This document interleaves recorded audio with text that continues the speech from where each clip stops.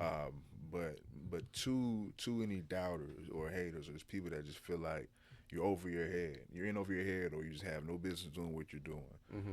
Do you have a message to those people? I just say, you know, don't don't put your beliefs on me. Hmm. I don't accept other people's identity. When it comes to me, um, I will say this though to those people. There's four of the candidates running for mayor. Have you said those things to them? Have you asked those things of them? Because no one that knows me knows me. My mom knows me better than everybody, but my mom has never seen me on the phone with someone who had a gun to their head, and I helped save their life. So does my mom completely know me? I don't think so, because she have never seen me save a life. She's never seen me counsel someone who's so tired of addiction that they already have a suicide plan. My mom has never seen, I could go on and on and on. But she raised me. She does know the size of me to where like all I did was in fifth grade reading Kennedy books from Robert F. Kennedy, John F. Kennedy, Malcolm X, Martin Luther King, Medgar Evers, and just all the greats, and learning about Chief Osceola of the Great Seminole Tribe, or Geronimo, and just studying leadership and what a great leader. My mom could tell you that. So people who think they know me, they don't know me. Like so I would say to those people, get to know me, the facet of me that you think you may or may not know.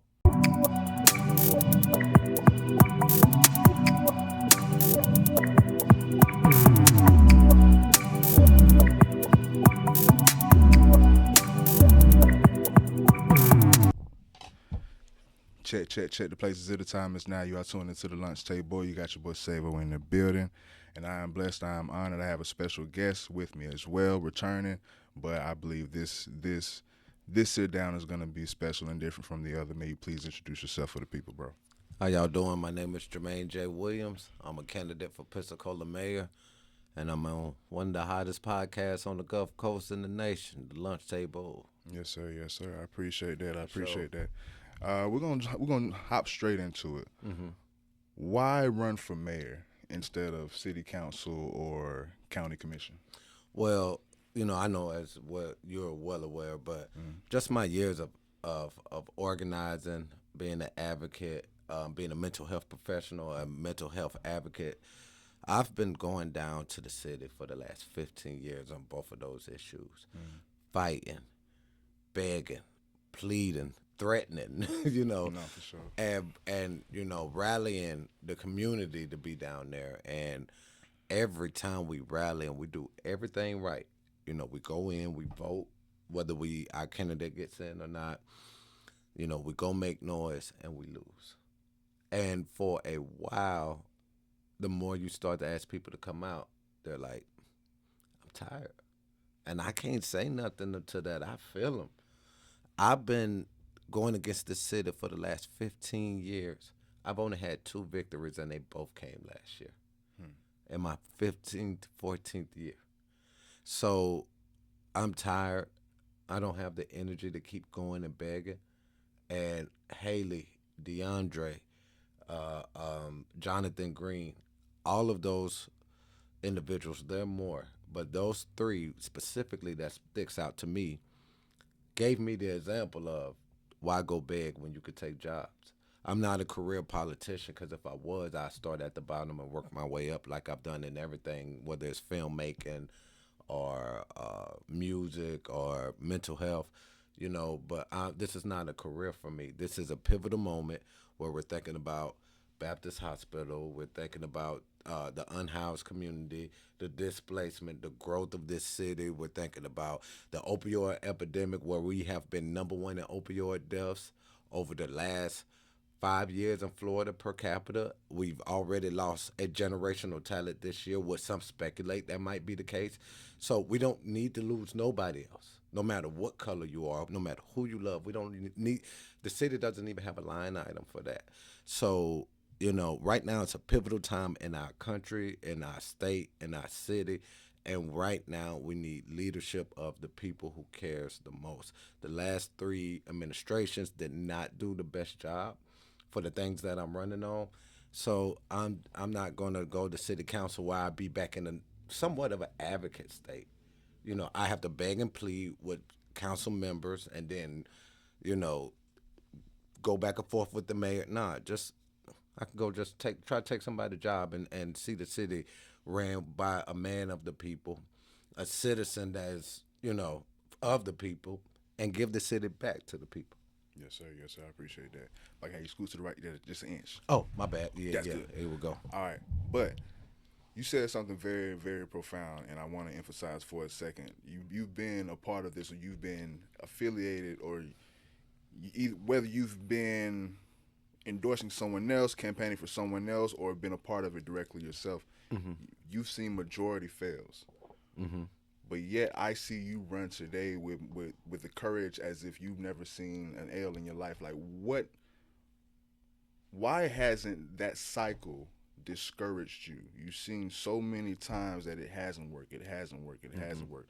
A couple of W's, but for the most part, it hasn't worked. And you've seen other candidates, other people that I assume and I anticipate that you deem that they had worthy qualities.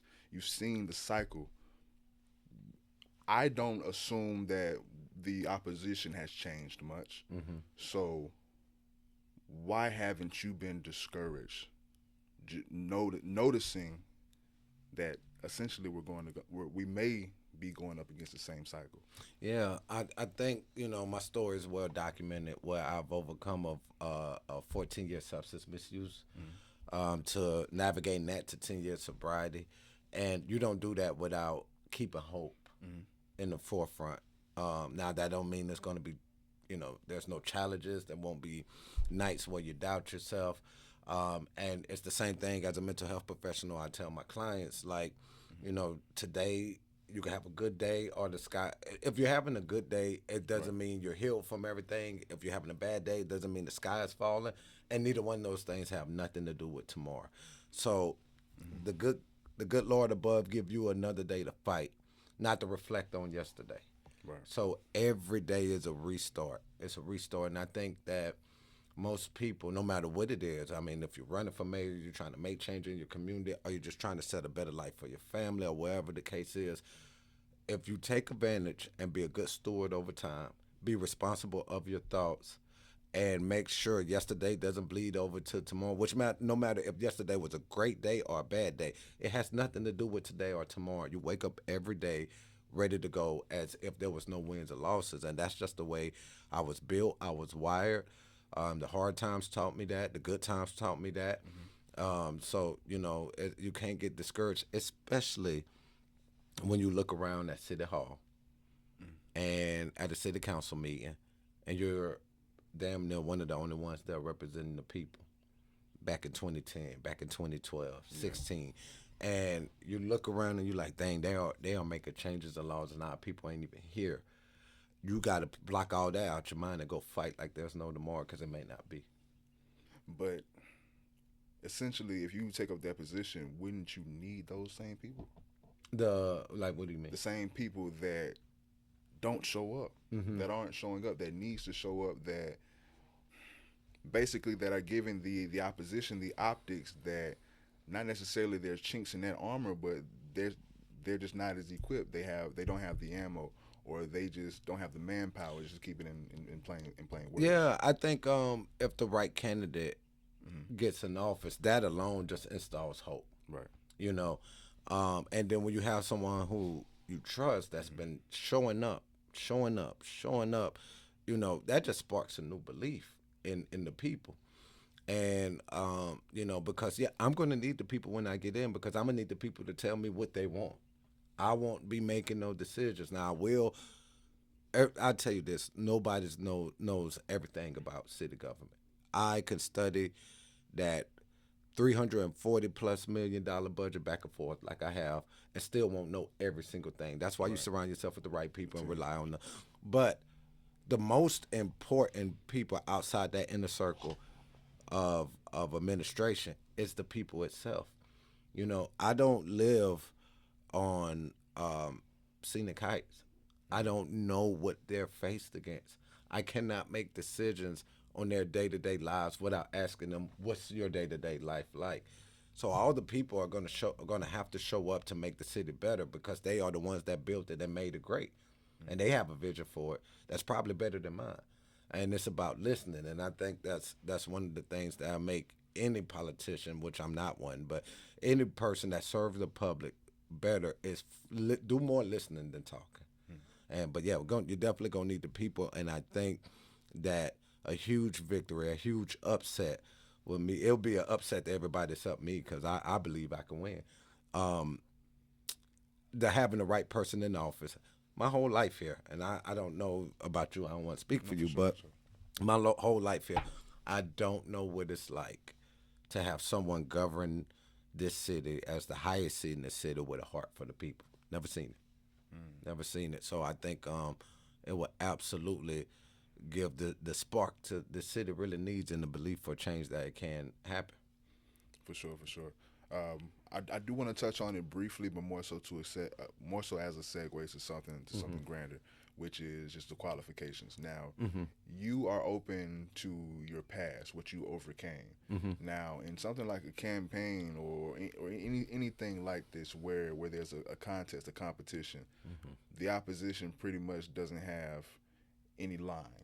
So they may pull up your past as if, okay, this may be why he's not qualified. Hmm. Now, can you speak on why you're so open on your past and what you overcame, and even some points as to why that overcoming of your past may even make you more qualified for for for this particular position because it may make you more relatable Hmm. and just have more resonation with the people as you speak and connect with them. Yeah, I feel like anybody that's asking about my qualifications are asking the right questions. Mm-hmm. And I appreciate that question because that should not be asked for me. That should be asked for every single candidate on every ballot across the country. Um, when it comes to my qualifications, I think, you just look at the years of just advocacy, Mm-hmm. number one. Just for you to fight for a better situation for the people, you better know what you're talking about, All right. or you won't be a great fighter in it. Um, when it comes to my past, overcoming obstacles or hurdles, listen, again, I can't stress this enough. We are number one in the state of Florida per capita for opioid overdoses. People that don't know the struggle of the underserved communities that have all the money in the world cannot keep their loved ones safe from opioid overdoses. There's a lot. I work in mental health and in this area in mental health. There's a lot of people that have lost people for opioid overdoses. So um, the first thing when someone hears my story, no matter what their background is how much do you charge to work with my such and such? We can't find him to help. This is not working for him. This is not helping. So here's the thing: when you treat mental health, you'll see crime go down. Mm-hmm. You'll see job stability go up. Mm-hmm. You'll see housing being able to be retained. All those things, but and also you can even speak to when it comes to the qualifications of me being a mayor. You can look at some of the budgeting of you know this better than anybody. You know whether it's rescue addiction or my documentary or any project that I have, color cabaret, whatever. Is the budget $340 million? No, but there's a big budget involved, and we have to make that small budget appear or work like it's three hundred Right. forty million dollars. So, and that's for the budgeting aspect. But if none of this answer your questions, here's the best answer I can really give you, and this is the most important answer to that question. Mm-hmm. Out of the last three mayors, only one of them has had prior political experience, and that's Grover Robinson. Ashton Hayward didn't have it. D.C. Reeves didn't have it. Mm-hmm. No one has never asked D.C. Reeves what qualifies you to be mayor. So I think that question is number one, should be asked of everyone. Mm-hmm. But I think I get it more than um, the prior mayors or mayor candidates. But That's it's fair. fine. But but it's a fair question. It's more than fair. No, for sure. Well, aside from speaking vaguely about it, can you give the qualifications that you believe, just in basic everyday words, the qualification that you believe that you possess that makes you perfect for this particular position, or qualifications that you feel separates you from your competition? Yeah, I mean, I think that I'm a working man. Hmm. I'm not a, I was not prepped at birth for this position. You know, right now, everyone is struggling, whether it's with bills, whether it's with the prior things we talked about. So, you know, the people first approach that I have running this campaign is about the people and it's for the people. And I think that separates me from everyone else. You know, like, yes, we all want free parking. But when it comes to free parking downtown or being displaced from your home, which one are you gonna prioritize? Or if it's free parking or making sure the grant money that you got from the city from the state to fix the roofs the roofs of house of the people, and then you take that money and then you turn it around and use it for the port of Pensacola, and now there's citizens in this city. Golf courses and shit. You get what I'm saying? So these are, I mean, like, look, prioritizing where money needs to go with the budget, helping it for the people and not for the people that build developers, not, you know. So, number one, you can always start at is just being people first, you know. That's just the main thing. And you don't see that in politics a lot. You rarely see it at all. Um, you know, I have a great relationship. Like I've learned under Leroy Boyd, very legendary in this city. When I was in my young 20s, I learned under Leroy Boyd. He's up there with H.K. Matthews. Um, they call that open forum at City Hall. It's not the open forum, it's the Leroy Boyd open forum. That's the real name of it. You know, Councilman Wiggins, I've learned a lot underneath. I've learned the just in the political landscape of whether it's Desmond Meade, who was able to get Amendment 4 on the ballot, and I worked with him to get Amendment 4 on the ballot and pass it, and that's giving the felons right to vote back. This is not my first rodeo in the political landscape. No, for sure, for sure. Now the win is one thing, but there's still work to do just to be selected for that official just candidate spot. What does that selection mean, or what would that selection mean to the city historically? If I when I win, Hmm. a lot of people going to frame a lot of things. The only thing that I'm really worried about is a people first, the first mayor that's people first. No, I'm not worried about the color of my skin. I'm not worried about my age bracket. The first mayor from East Street, Morris Court, what none of that stuff. Yeah, I'm the first mayor that cares about people truly over dollars. That's what it means. that's what's up. That's what's up. What's your plan to reduce crime while building community trust in law enforcement? Yeah, man, I think it's getting the right people in charge. You know, if you look at the new interim, well, I won't call him interim, but the incoming police chief is in a lot of hot water in Grand Rapids. Did you see that story? No, I did not. There was a police shooting in Grand Rapids, Michigan, in February. I don't know exactly when the police shooting was, but a lot of people in Grand Rapids, Michigan, where the new police chief is coming from, are very upset with him and saying he's covered up that police shooting of an unarmed black man. This is who the mayor picked over homegrown talent like Eric Goss. Um, you know, and then you look at where the mayor is boasting about crime rate. That I don't know if you've seen it, but he said the crime is down 29%, which is okay. That's amazing. But if the crime is down 29%, then why did you fire Eric, the chief of police, Eric? You know, why did you fire him if the crime is down? So you look at some of those decisions that's being made, and it's just really responsible of picking the right people And also, there has to be a let's go back to the city. I mean, people first approach is that crime and and all things that come with that police force. It has to be just as important to have you know the officers' engagement with the community.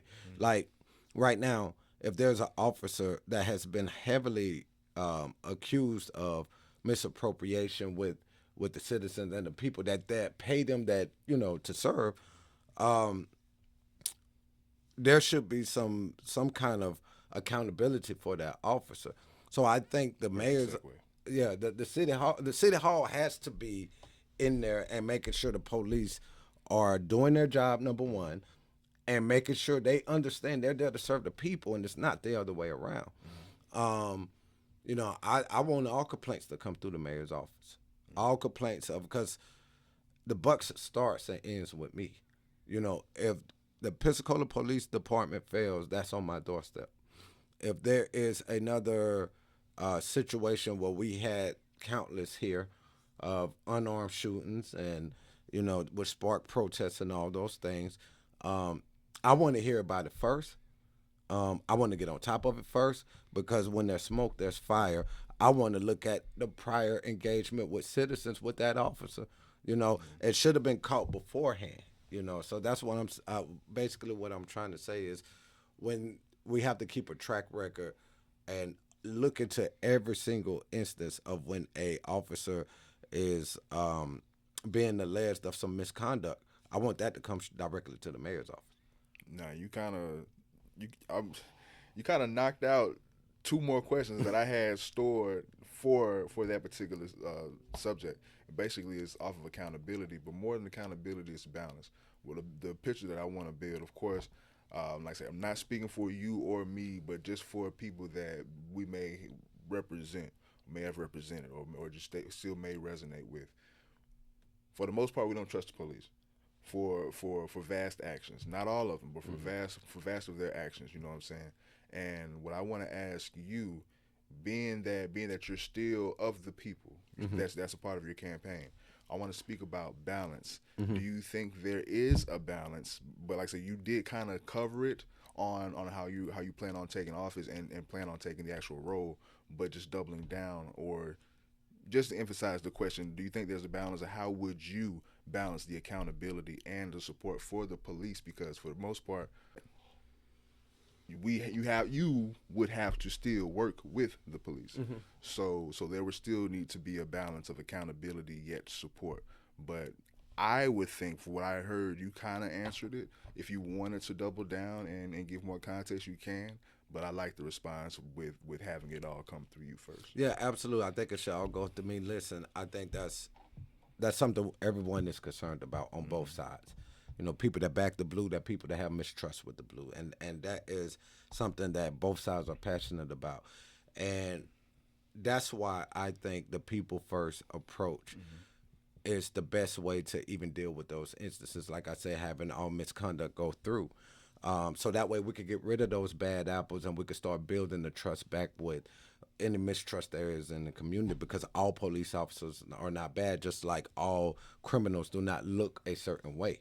So, we want to get the best of the best inside of that department while weeding out the bad and rebuilding the bridge of trust for everyone involved. And of course, I nothing I say is finite, and I'm open to being corrected or even wrong. Yes, I come from a culture where it feels like the vast of police officers are evil. Whether that may be true or not, based on our experience, I just want to clear that up. I want to say some, or a lot, but saying most or dang near all may or may not be unfair to the blue. So I do want to give them a fair shake. And I would say, lived experience is your lived experience. Yeah. That's just what it is. I mean, because you have an experience, your perception of the world, and everything that has shaped it is everything you've been through. So, who's to say if you're right or wrong based on, you cannot tell a person how they feel is wrong. You just you gotta hear it out and listen to what other people say, just like the opposition that says, look, all police officers are not bad. And that's how change work is, two sides sitting at the table, listening and hearing and understanding both sides, and then build upon that. What reforms, if any, do you support within the justice system? I feel like a lot of things should not be criminalized. Mm. Addiction should not be criminalized as it is now. You go with Um, the sickness. Depends. Okay. I'm a root cause guy. I don't like to treat the symptom. I like to get to the root cause. Yeah. Why are they addicted? Or, you know, um, I ain't gonna lie, man. Some people are out here, and this is not every case, but like, there's a lot of people that's stealing to survive, to eat. You know, um, I don't condone, burglary or stealing, but if that is the case and that is the only way means of survival, somewhere along the lines, I feel like we have failed them as a city. So I think treating mental health and addiction like the crisis it is. Again, I struggled um, with intermittent explosive disorder. I haven't had a episode in so long, like therapy and all the. I'm so far removed from it. But when I was in my earlier days of understanding it, um, it was hard to get a hold of it, and that is almost like like an anger problem or whatever. And again, it's been so long since that has been a pop up, and that's why I would suggest to anyone, go get therapy, go get your mental health check, because you will see the quality of your life improve, and that's why that is one of my biggest pillars. But I remember that I saw I did not understand why I was always like lashing out. And then when I got diagnosed with that, and then I was like, okay, that's a problem. I want to fix that problem. And then I start to see I handle situation better. That means I wasn't getting in many fights. I wasn't messing up relationship, love life. I wasn't getting fired from many jobs.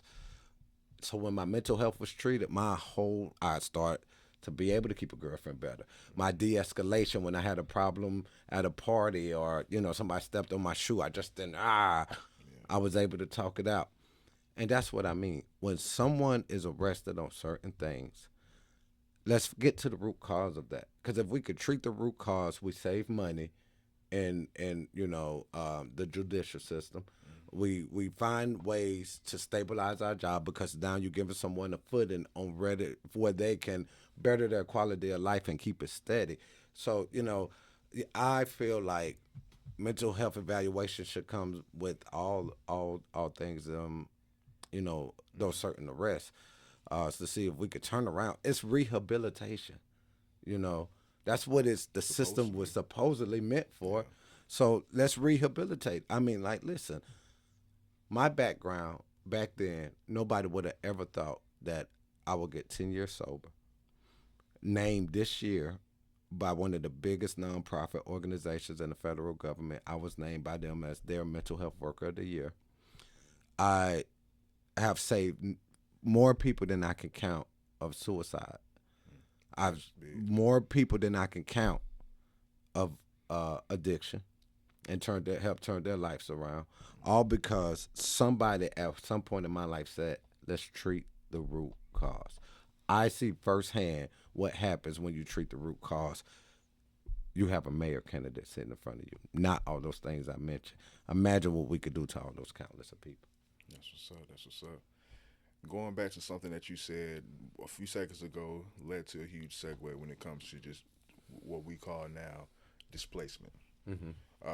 For one, how would you address affordable housing shortages? Um, you know, that's a hot topic here in the city. Affordable housing is such a huge topic, and I think that's why you know the biggest thing that we have to do is take a look at how that money is spent. Like, a lot of people that's in charge of that budget now will benefit more if those homes were displaced. You know, right now you're looking at an area, the city is growing at a rapid rate. It can't grow on the east side as no more than it can on the west side. The west side has a lot of area growth, but then you see a lot of possibility for displacement of housing. So it's just about, trying to help those in need. You know, looking at what we can do when it comes to like different things like the CDBG, which is a grant, community block development grant, um, and just look at every wiggle room that we can that can help individuals in their time of need. No, are we talking about giving them a crutch? But we also want to offer like wraparound services, financial literacy, and those kind of things. And if we, see if we can even try to work on freezing, there are solutions there. And I think the most important part is you having someone at the head of the table that's leading the team of people with like-minded hearts. Because the team that I have around me will not be handed down from the prior administration. I'm going to take a look at what's working and what's not, and that goes for the budget and that goes for the people that's in place. Make sure that I have the people that I want there, and let's seek solutions and see where the dollars. Make sure that the dollar is the dollars that we have in the city, in that budget, in our what we can spend. Make sure it's working for the people, and that goes for no matter if it's in one of my pillars, but especially for the displacement. And making sure houses are affordable. What policies would you implement to prevent displacement due to gentrification? Mm, there's a lot that we can do there, and I'm not ready to speak on it right now. Okay. But what I will say this, is that it's at the top of my list. It's at the top of my list. I think that given a playbook on every little thing right now, it's kind of you gotta kind of be Sure. on top of. Um, but but definitely, I mean, like that's why I built my name on fighting. Do you have a stance, or what is your stance on rent control or housing incentives? I heard a few people talk about that. They're Yeah, older, they own property, of course, but that is a population of people that should vote. yeah. Again, when it comes to the housing, it's one of the hottest topics in the Mm. city. You know, and like right now, even like property tax, a lot of people talk about it spiking up the millage rate and all those things. But that the money that we get from that property tax is a big part of what keeps this city going. But at the same time, we have to look at what's fair, and I think that's one of those things to where, like day one coming in, I was asked a question on another media outlet. What will my first 90 days look like? No, give me the question was, give me the top three things you would do Mm. when coming in to office, and I said, well, the first thing is when you're talking about the top three things, let's take two off the table. Because the first one is going to be so big, which is taking a look at what's working, what's not working, and what can you implement to help the people. And housing, look, I work in mental health.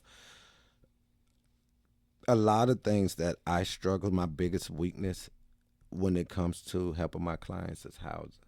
It's because there's no resources for them. There's no assistance. I mean, you have your Catholic Charities who's doing an amazing job, but that's just helping, but that's putting a band-aid on the problem. Yeah. So, I know firsthand that that's affecting the city. I see it every day on my block and I see it every day at work. So that's going to be one of our top priorities, just again, just looking at the budget, seeing what we can do. Because again, there are people who benefit from growing this city irresponsibly. In their eyes, it's responsible, but from our eyes and our lens of where we come from, it's very irresponsible. The people are put last. So it's just growing the city responsibly and making sure that the policies. Sometimes it don't even take that dollars. Sometimes it just take the way policies are. Like if you look at the budget, a lot of things in the general fund you really don't want to mess with. but it's a way that you could just kind of reroute some things where it doesn't change that dollar amount, but the way the wording is, the way you can do things helps the people more than it does the developers. So, So yeah, I don't have a question regarding three things you changed. I'm not going to say that's a broad question, but the question that I have is broad, but it requires a broad answer. hmm What is your long term vision for this city over the next 10 to 20 years?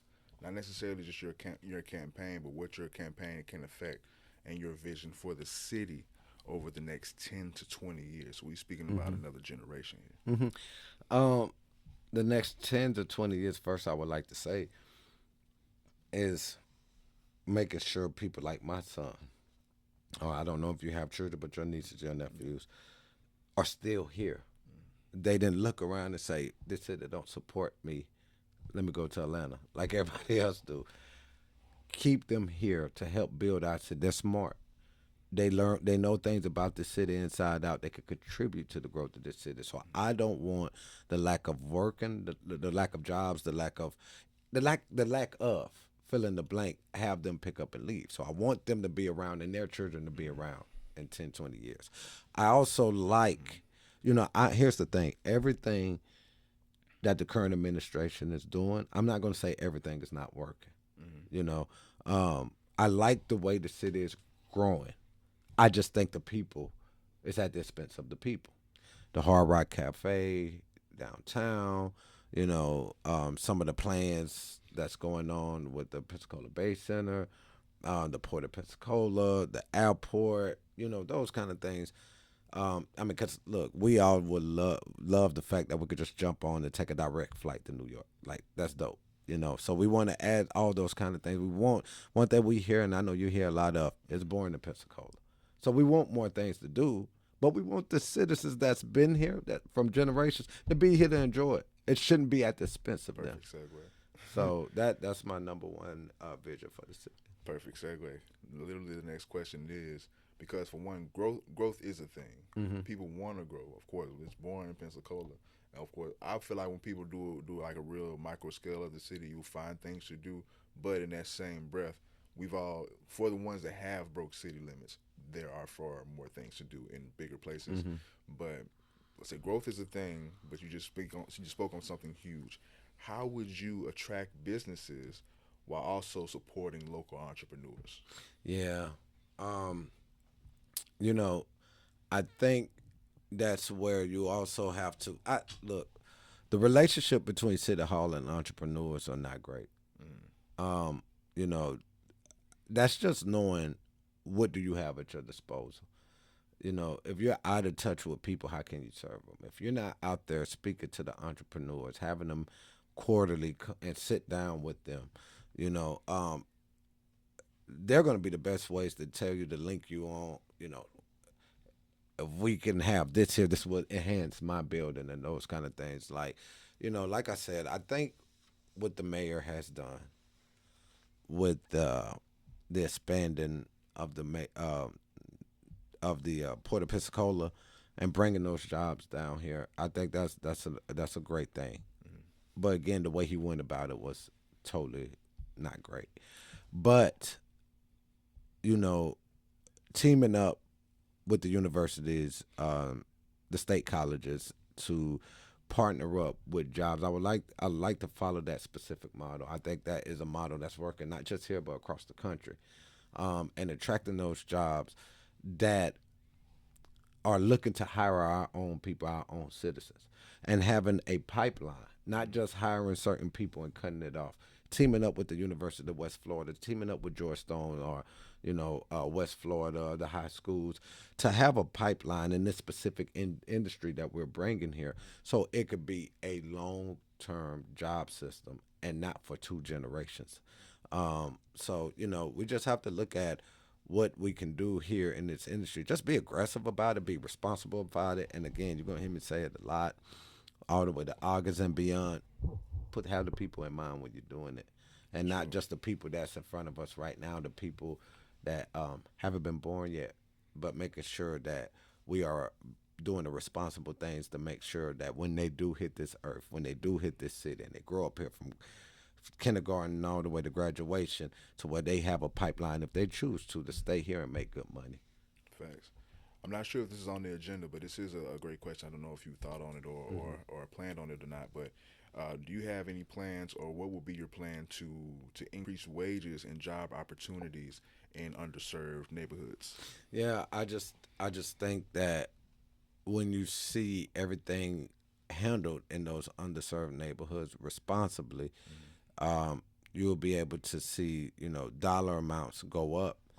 Um, you know, I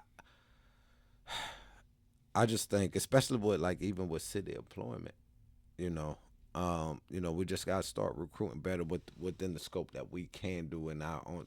Like, I almost gave my address. Where I live at, there's a gate behind it, right? Um, and so I made a call to one of the city council men, and before I knew it, they had the city workers there repairing that gate. And I went outside and I talked to them. I said, "How much y'all make?" And I was like, "What's your insurance like? What could be better?" You know. And it's like, if we don't even have the employers at the city, not the ones that's making a lot of money that oversee the growth of the city, but the ones that make the city operate. If they're not well taken care of, if they got to work two jobs, if they got so it's some of the things to where like the little bit of stuff that we can control ourselves. Like, it's one thing to go ask an employer, hey, why you're not raising these wages for these under. They turn back around, what the city doing? Yeah.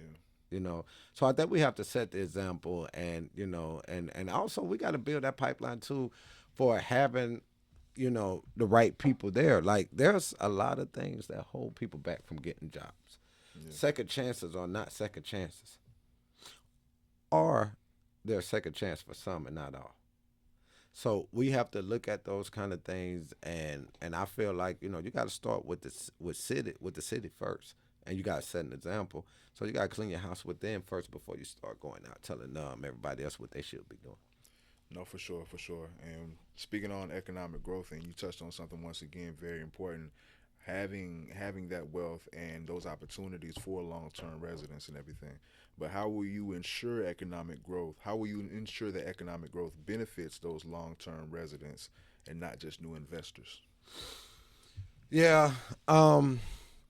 Again, it's just approaching those agreements, those deal with a people first mindset, because as you have seen in the last however long you want to go back and look, you know, people have wins and they boast about the wins and they look good on the headline, but it's at the expense of who? All deals ain't good deals if it don't benefit the people. So it's about making the right kind of deals with the people in mind, and I don't think that that's what's going on, or has been going on. So it's like when you're approaching, um, you know, the kind of things you want to attract to the city. Hmm. If it does not benefit the people, it is not a good fit. You know, this is a different animal here. We're not Miami. We're not Chicago. We're not even Duval, Jacksonville. This is Pensacola, Florida. We have some attractive things here. We have things that make us ideal. It makes us um, possibly, potentially one of the best cities in the country if we wanted to be. Um, but we just have to go about it the right way, and it can't be at the expense of the people, especially the underserved. And one thing I want to make absolutely clear, because we all are aware of cold words: underserved does not mean black. Mm. It doesn't mean brown. There's a lot of people that's underserved, um, and I'm speaking for all of those, because it comes down, in this election, it comes down to the have and the have-nots. You know, um, and see where you see yourself in that, because everything have and have-not is not financially. Mm. Because again, you got a lot of people holding a lot of money, but they don't even have the adequate place to get mental health or addiction care for their loved ones, but they just got money on top of money and can't even save their own child life. But then you have other people that just so used to poverty that they're used to making something out of nothing, when that shouldn't be the case for them. We shouldn't have single mothers working 20 jobs and the kids raising each other because their mom is not absent, but she's out there just working 3 jobs and doing that. Like, we have to make sure that we're making this a city that's for everyone with the people in mind. And there are so many different classes, cultures here. And I think that's what makes Pensacola so great. But we have to make sure we're taking care of all of them and have them in the forefront before we approach anything. Thanks. How can the mayor's office better support public schools? It's difficult because that's the county. Mm-hmm. Well, that's the school board, I should say.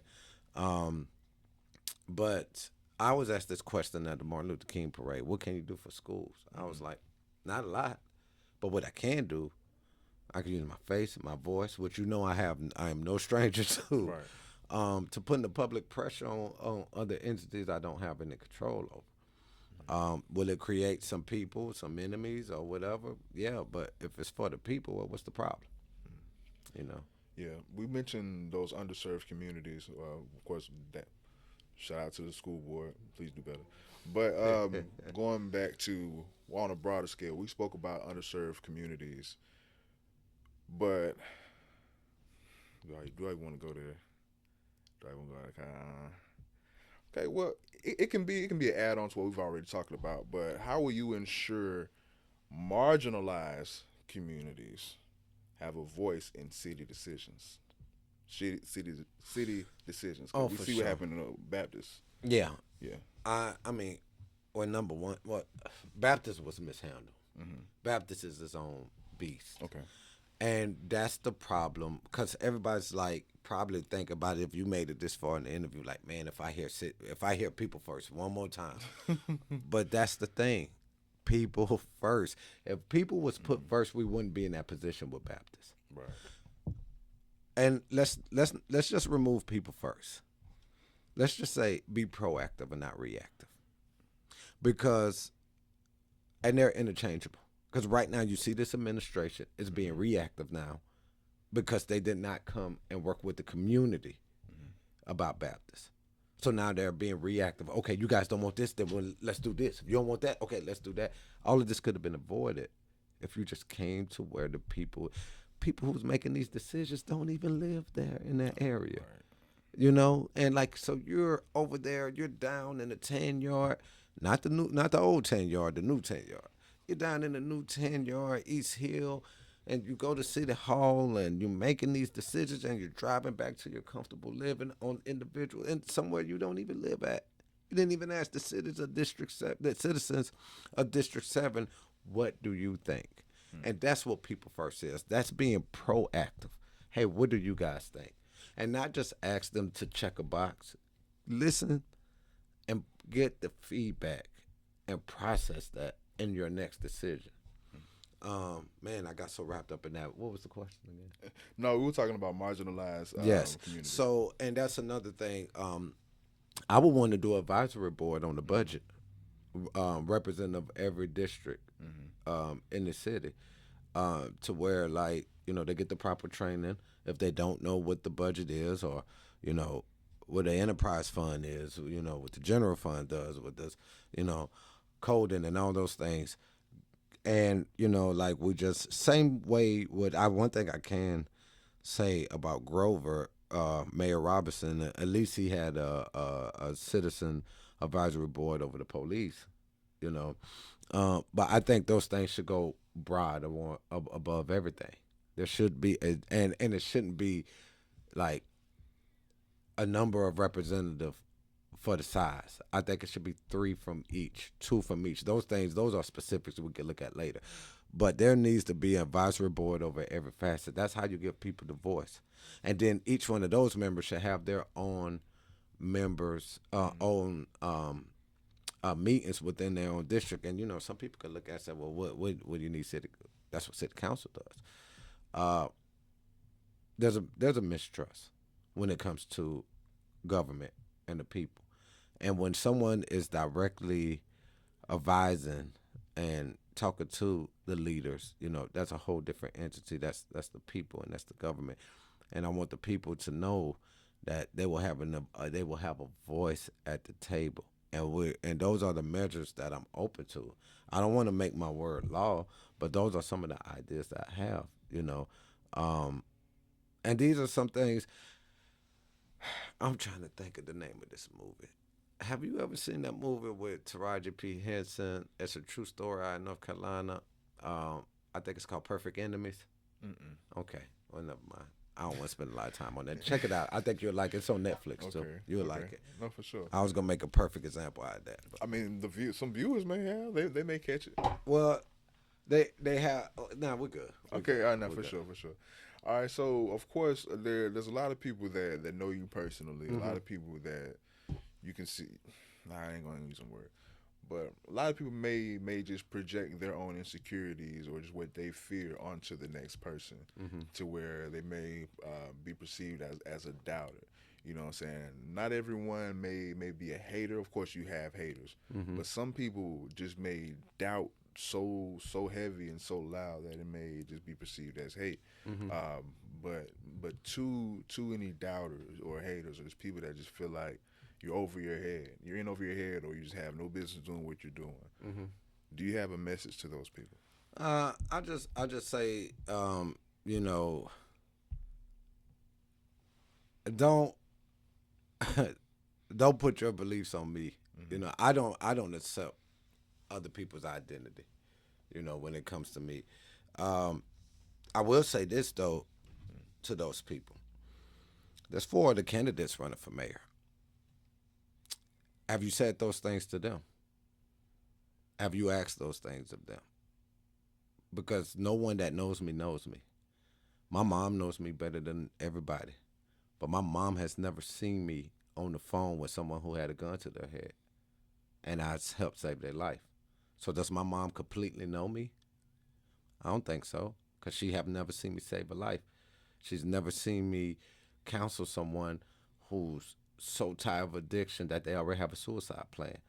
My mom has never seen, I could go on and on and on. But she raised me. She does know the size of me to where like all I did was in fifth grade reading Kennedy books from Robert F. Kennedy, John F. Kennedy, Malcolm X, Martin Luther King, Medgar Evers, and just all the greats, and learning about Chief Osceola of the Great Seminole Tribe or Geronimo, and just studying leadership and what a great leader. My mom could tell you that. So people who think they know me, they don't know me. Like so I would say to those people, get to know me, the facet of me that you think you may or may not know. You know, being an organizer is just a piece of my life, you know. But some of the people that I see are that may say some things, oh, he can't do this or he can't do that. Most of them people don't even know they can't even vote in this election because they live in the county. They don't know this. They don't know stuff themselves. They don't. They don't know how much I've studied. You cannot lead people in community organizing without understanding the nature of the problem. And to understand the nature of the problem, now you're digging in the weeds of political. So if someone wants to say that organizing is a result of watching videos or reading a Malcolm X book or trying to be Martin Luther King, I think it's an ignorant statement, because organizing is identifying the problem, having a solution, informing the public, leading them down to City Hall, Yeah. putting the public pressure on them, staying persistent when people don't show up, Right. learning more changes about the problem. That sounds like a politic. That sounds like someone who's running a seat to me. Yeah. Worth You the know. campaign in my So opinion, I for think sure. a lot of people are misled on what it is to even be an organizer. No. So I don't spend a lot of time when people speak out of ignorance that they don't know, but I will challenge them to come talk to me, learn more about me. I think there's always, and which is it's a fair question, when it comes from a certain way, but just learn more about me. I'm an open book. I'm always, you were there at my town hall meeting, which I appreciated. I'm accessible. I'm always around. You could come ask me questions. I remember one guy, man, he had me hemmed up at Walmart about 40 minutes in the produce section. I took every question. He was like, "Oh, okay, I'm gonna vote for you." It took 40 minutes to get that vote, but do that. Don't make assumptions. No, facts. But you once again you touched on something very very huge. You said a lot of people don't even know that they can't even vote in this election. Can you give more insight? It can be brief, but I would rather be informative on who can vote, how they can vote, why they should vote. Yeah. So if your trash can is green, you live in the county. Can't vote in this election. Those are the county commissioners and those kind of things. If you live in the city, you're black, your trash can is black, you can vote. You know, why should you vote? Because it's just pretty much as our obligations as citizens here to vote. Your vote can turn the tide. You know, um, why should you vote for me?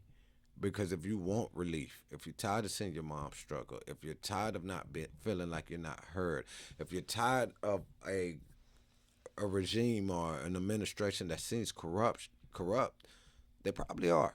And you want to change that, no matter what your bank account look like, what your address is, you should vote for me. Because I'm going to be a great mayor for those people that vote for me, just like the people that didn't vote for me. You know, for the people that say I'm in over my head, to the people that say I support him 1,000%. When I do win, I'm gonna be a great mayor to you, regardless of where you stand. Um, and you will know that the people will be heard, the people will have a voice, um, and that's the thing. I will wear that line out. It is not a catchphrase. It is what it is. Like, people are struggling. People are tired. People are just in a lot of trouble right now. I'm a working candidate. I work two jobs, and they're both mental health jobs. That's stressful, where you're taking on other people's stuff. I'm a full-time father, and I'm running a campaign 24 hours a day. So I know what that's like, to need the relief, to need the help, to to ensure that my grandmother's house doesn't fade away. You got people that sitting in high places right now that don't have that worry, don't know what it's like, don't know what it's like to work two jobs. Had a business already made for them by the time they hit college. All they had to do was graduate on money they already had before they were 5. They don't know that. They don't know nothing else. So all they know is that you guys should just pull yourself up from your bootstrap like they did.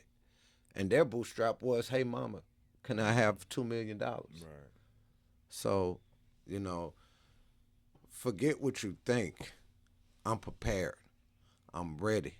Every part of my life has trained me ready for this. Like, there's a lot you don't know about me. Want to know? Ask. I mean, I'm one inbox away. I'm one town hall away. I'm on the scene. I'm everywhere. I've been at every. I went to 2 churches today, so I'm accessible, and you'll have a voice. For sure, for sure. So going back to the black people and our vote, or what we choose to do or not do with our vote. A lot of people they link it towards ignorance, miseducation. Some people may not know as much, or some people. I'm not gonna say people are dumb, but I think in a lot of way, which may tie back into a weakness for some. A lot of people try to be so smart to where conspiracies may have crossed their eyes, their ears, and they may want to stand out or may want to lead towards that particular crowd that seems smart or seems like outliers. And the presidential elections and the things that may or may not happen through the presidential elections and the conspiracies that go into that, electoral college, your vote doesn't matter. all of those narratives have been embedded within our culture and our community for so Mm-hmm. long to where now it's synonymous for pretty much any election. Mm-hmm. So like they don't understand where that's not it's not congruent with your local election. That's like when we talk about Trump. But those same stigmas and narrative and conspiracies, and like I said, it's the people that think they smart. That's not voting. You feel me? Mm-hmm. Like, can we speak to them at all? Yeah, I think that's a major concern. Um, I will say I love what I'm seeing on Facebook of people saying I've never voted in my life, but I'm voting for Jermaine. I appreciate y'all Mm. on that. But I will say this: the local election is the most important election, and your voice amplifies more than you know. You want to vote in your local election. There's no my vote don't count any of that. Um, for instance, in the city, Mm. and we're specifically talking to African Americans, the it's 8,500 as of right now, somewhere around that ballpark figures of black voters. There's 30,000 others, 30 to 40,000 others. Mm.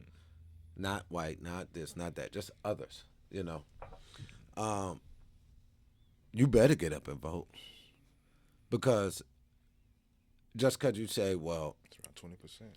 yeah, it's not a lot. But here's the thing: don't get discouraged by that For sure. because when I say others, a lot of other people are going through the same thing you're going through. By you not going to vote, you might as well voting for the thing that's hurting you. Because, say for instance, is there another half of another culture is going through displacement?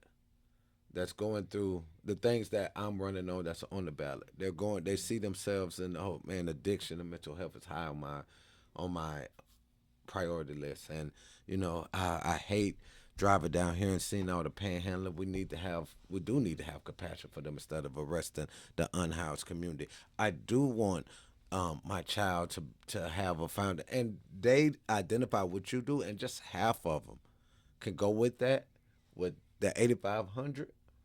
I can win. Mm. And that's my thing. Like a good ground game kills everything. You know, um, face this election won't be won on social media.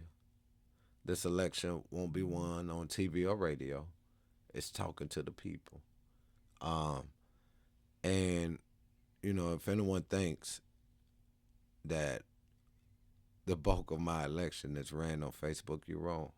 Mm. We're doing a lot of stuff out here now. That's another thing. So, I think it's unfair for anyone to expect me to sit here and tell you my whole strategy. mm. I've heard that been asked of me before. Well, what's your strategy? It's kind of vague. It's very vague. And they want me to just come out and tell everybody, well, if you want to take me serious, this is what I plan to do. My opponents are listening to.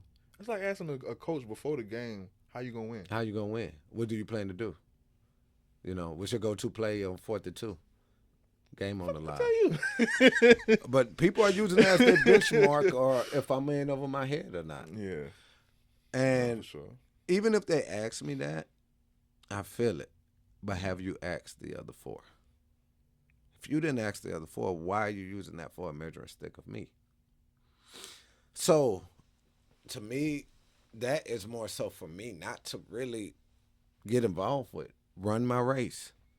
Run my race. And that's what we're doing. But to circle back to answer the question, Mm. everybody needs to get out and vote.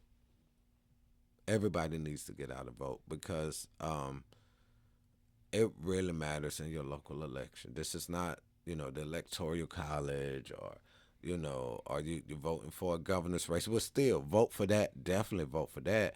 But, you're stacked up against. It doesn't matter. Don't worry about what the next person is, what the outcome is. I'm wasting my vote.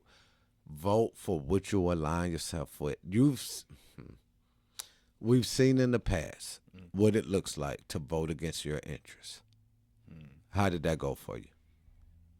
Look at what you're doing now. Look who's on the ballot and who identifies to what you're going through and who can fix Um, should we or can we give out information on how people can sign petitions? Do we still need more signatures? it. Yeah, we need signatures. We need money. We need volunteers. Doesn't mean we don't have signed petitions. Doesn't mean we don't have money. Doesn't mean we don't have volunteers. Mm. You know, you got at this point you just got to give disclaimers. Like people think you ain't really rocking the roller, brother. We rocking the roller. Yes, sir. But you could go to Jermaine Jermaine the number 4 mayor.com. Jermaine4mayor.com. One stop shop for merchandise, to get educated on my pillars, my policies, to sign up for a volunteer, to get a petition. We could pick it up, or you could schedule us to come out there to you, and one of the volunteers will pull up, have the signature, have the petition for you, or you could just download it, print it yourself, and we'll just come pick it up. And that's what you can most importantly give. You'll be surprised what $5 do. Yes, sir. Yes, sir. Any upcoming meetings or forums? Well, we got the campaign kickoff party. That's gonna be announced. That thing gonna be it's gonna be banging. It's gonna be fun. We're working on a lot. We just mainly need petitions. But the number one thing we're focused on now is just like outside of petitions and fundraising. It's just the campaign kickoff lunch party, and that's gonna be a really good time. Kids friendly. We're going all day and all night, so it's gonna be banging. Yes, sir. Yes, sir. I appreciate you coming through. I don't want to keep you long because I know you are a busy man, especially appreciate throughout this time in your campaign. Of course, once again, grateful to have you bless the platform. I hope that this interaction doesn't stain your campaign, but it adds to it. So that was my objective. Hope y'all enjoy watching it. Any final shout outs you want to give? Shout out to Sabo for the blazer. that alone helped my campaign for sure. So no, for sure. I mean, no, shout out to you, man. Like just everything you do for the city, just to keep everything entertained. The good Q&As downtown, even though downtown is going through what it's going through. Again, the people didn't get asked nothing; they were told.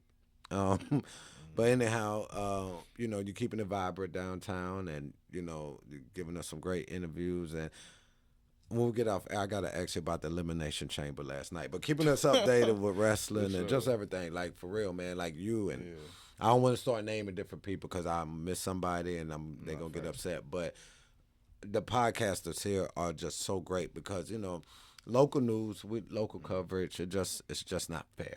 I get my fair share, but I can't explain everything in 3 minutes. And it's people like you that do what you do that just helps out so many of us. So we appreciate it. No, for sure, for sure, and I appreciate the recognition, and I appreciate and support anyone in a content creator space. I would like to say just anyone that have witnessed or is seeing my work or anything, not to say I don't do pocket, but I would say that my brand has transcended just the term podcaster. What I'm striving for and what my heartbeat is set on is I'm sustaining a media network. It's like BET, for instance, MTV. Like the Lunch Table is its own network, and under that network, I have different programs, podcasts, game shows, wrestling talks, in out. So you know what I'm saying? Like, and I'm still creating more. So yeah, I'm trying to hold different TV stations on my back. Like podcasting is podcasting to me is like one of my fingers. Yeah, no, I feel that, and I see that. Like, you see how long it took me to list all the stuff you do. You So, feel me? Like, yeah, no, I'm for real, because the street Q&A is entertaining. Like now, your podcast is the only way I can keep up with wrestling when I'm like working and I'm listening to it. and once again, like I said, that's Podcast. I'm sorry. because shout out to those gentlemen. I provided a platform for those gentlemen to do their thing. The Top Rope podcast is it's its own thing, and they're starting a platform of their own derived from the network that is the Lunch Table 850. That's what's So up, it's like man. I have I'm BT. You feel Nah, me? you doing your And, thing, and, man. and I would love to I would love to parlay this into a weather channel. I would want to do some international work, travel work. Just, you know what I'm saying? I want to own more than just black stuff. You feel me? And see, and that's another thing. And I know we're coming in on 46 minutes, Nah, but we good, I bro. really, I really want to do things to like a film commission here, and people Mm, hear film commission and they think film is just arts, entertainment, those kind of mm, things. That helps you out. That helps all the filmmakers out. We have, you know, when Jaws was shot here, you know, we got beautiful streets, beaches. Every time you hear "Made in Georgia," you know, you we can have that here in Pensacola. right. Um, um, whether it's with everything you're doing or you know being attractive to Hollywood or Mm, Atlanta or those kind of things to come down here. Hey, come shoot in this city. We have a section of the city that looks Spanish from you know we're the city of five flags, so we got mm, different cultures in one city. We got beautiful beach. What does go to the county though? That's the county, but still, you know, there's some things we can work around. You know, but that's a whole nother thing. Like that's what I mean. Even an hour, mm, coming and sitting with you with an hour, and this person, I can't even sit here and talk about all the ideas I right. have. But they amazing ideas, and they're doable. You know, that's another thing. You know, we're not just sitting here, uh, just wish listing. We're sitting down with some people we already plan to have a part in the administration that whose experience of government outweighs mine. Mm-hmm. Um, but I'm the man in control and dictating down. This is what I want, and I'm taking a look at the budget. Mm-hmm. They're educating me more on it. Like, okay, well, what we can do is you want this, we want that. So you know, and Yeah. we're looking at things of how we're going to implement. So we're just not shooting off some pipe dreams. Yeah, and You know. and like I don't want to add on more of a conversation, but it's just context. It's harder to make just set in stone or just point blank changes when the other side has an opposition has their own agenda and objective. So what ends up happening the only real resolution is some form of negotiation. Mm-hmm. You know what I'm saying? So it's not like okay, I'm gonna go change it. No, I'm gonna try to negotiate Mm-hmm. something lesser, and we gotta understand that the most Mm-hmm. we can do is for a lot of things, not for everything, but we gotta negotiate. We You know got, what I'm saying? yeah, we do, and It ain't just kicking down doors. You feel me? can't say it better myself. But I think I tell you what, man, it's pivotal time, pivotal time. The change is in your hands. You can't say that Mm, we don't have the right candidate on the ballot. From everything is in your hands now. And so Pensacola, what y'all want to do? for sure, for sure. The places of the time is now. Once again, man, I appreciate you coming through. If y'all like what y'all saw, man, if y'all deem this platform worthy of an interview, man, come shop with me, come do business with me, because I'm definitely will do business with you the right way. Y'all keep it locked for the top rope. The top rope podcast is its own thing. Shout out to those gentlemen. Street Q&A will be coming soon. Of course, interviews more to come. Still pushing them out. Table talk. So that's the topics. That's just the ongoing podcast. TNB coming back.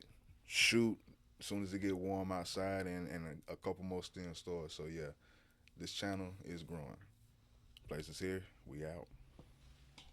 Appreciate it.